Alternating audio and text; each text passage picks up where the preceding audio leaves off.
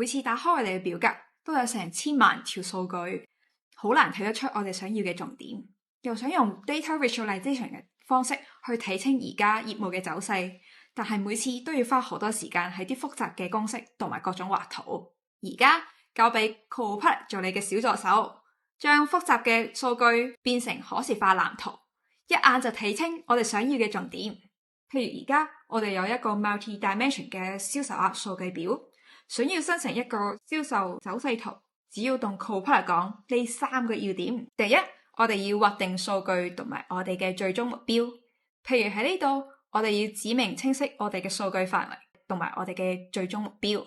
譬如而家喺呢度，我哋嘅目標係匯總銷售數據表現。第二，我哋要定義我哋嘅分析緯度，同 Copilot 講清楚我哋以日期同埋產品類型進行分類，並說明清楚我哋嘅計算數值。第三，指定我哋嘅輸出形式，可以一開始先同 Copilot 講我哋想要一個 interactive 嘅可視化透視表作為基礎，再進一步嘅說明我哋想要最終嘅圖表類型。如果你唔清楚你想要咩圖表，都可以試一下問下 Copilot， 睇下佢俾多我哋啲咩好嘅建議。一個指令 Copilot 就將複雜嘅數據變成 GIF 嘅圖表，我哋嘅銷售 insight 又可以睇得一清二楚。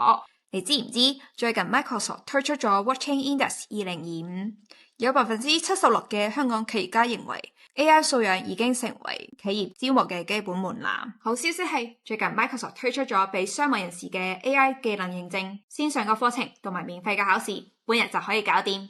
無論你係 sales、marketing、行政又或者係其他管理職務， AI 素養都係2026年每個人嘅必備嘅競爭力。快啲到我哋嘅官學網考試啦！